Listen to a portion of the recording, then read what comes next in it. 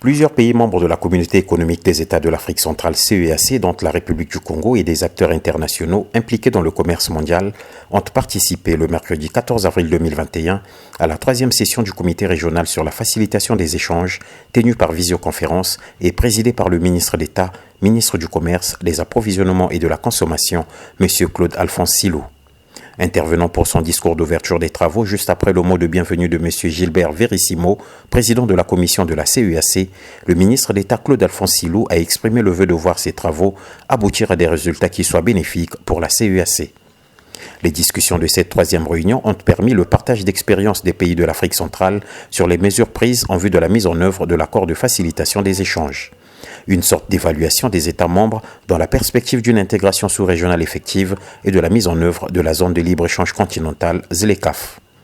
Le guichet unique des opérations transfrontalières en tant qu'acteur majeur de la facilitation des échanges commerciaux en République du Congo a également pris part à cette réunion, représentée par une forte équipe sous la férule de son directeur général, M. Eugène Rufin-Bouya, qui donne ici l'intérêt de cette 3e réunion. Au cours de cette réunion, nous avons discuter sur la facilitation des échanges en Afrique centrale, évidemment, à l'orée de la mise en œuvre de la zone de libre-échange continentale. Et ces travaux ont été présidés par Son Excellence, Monsieur le ministre d'État, Monsieur Claude-Alphonse Silou, qui est ministre en charge du commerce, et également représentant la République du Congo, qui est actuellement président de la CEEAC.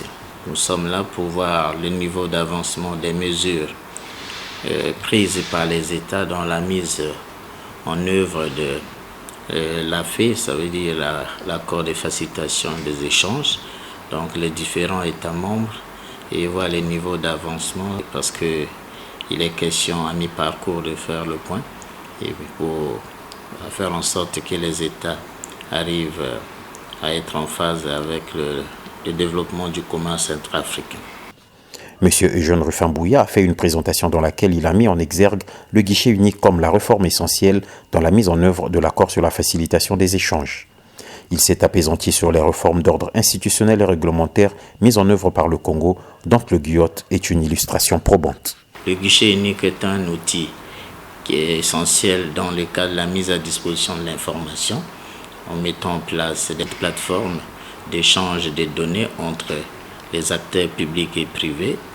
Et il était normal qu'ils puissent être présents pour partager avec les autres États et voir comment le Congo participe activement dans la mise en place de l'accord de facilitation et comment il se positionne pour l'entrée dans cette zone de libre-échange continental. Le guichet unique des opérations transfrontalières en sigle GUIOT a participé en tant que guichet unique et vice-président également de l'Alliance africaine pour le commerce électronique.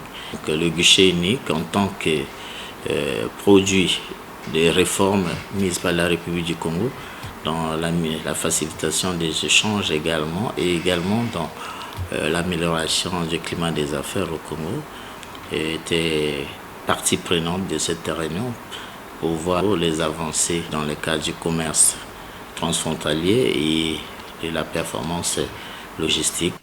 En effet, la mise en place du guichet unique des opérations transfrontalières, a dit le directeur général du GUIOT, fait partie des réformes engagées par le président de la République, Son Excellence M. Denis Sassou Nguesso, dans la perspective de l'amélioration du climat des affaires au Congo. Vous savez que le président de la République, Son Excellence M. Denis Sassou Nguesso, chef de l'État, a entrepris des réformes essentielles pour permettre au Congo d'entrer sans ambiguïté dans la zone de libre-échange continentale et également dans la facilitation des échanges. La création du guichet unique des opérations transfrontalières, qui est l'une de ces réformes. Également, aujourd'hui, la création du GUP, du guichet unique des paiements, ça fait partie également de ces réformes. Et vous comprenez que le Congo participe activement dans la facilitation des échanges à travers la mise en place des outils essentiels pour booster le commerce transfrontalier.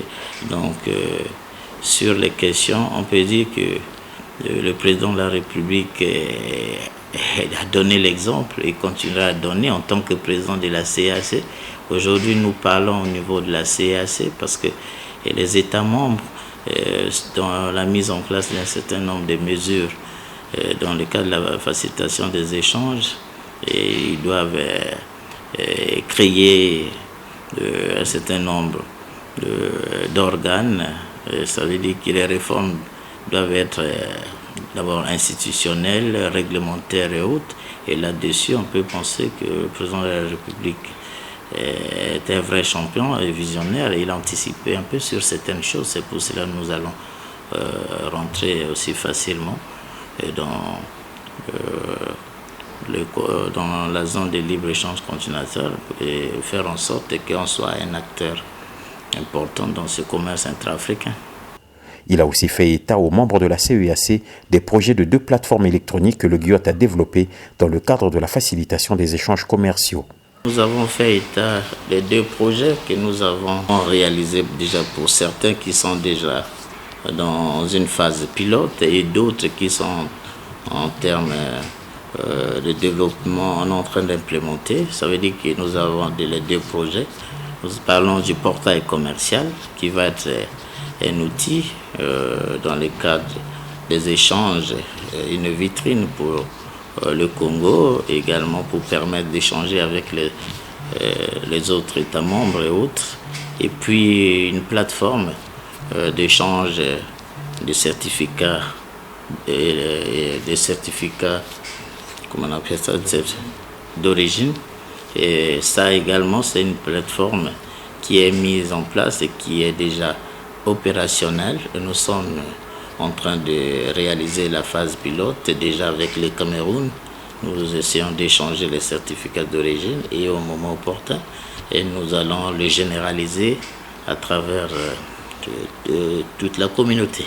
La CEEAC, à travers cette réunion, veut approfondir le dialogue avec les États membres et poursuivre avec eux, dans un cadre bien coordonné, la mobilisation des efforts pour le suivi de la mise en œuvre des réformes de facilitation des échanges. Pour votre gouverne, le Congo, membre de l'OMC depuis le 27 mars 1997, a ratifié l'accord sur la facilitation des échanges le 5 octobre 2017.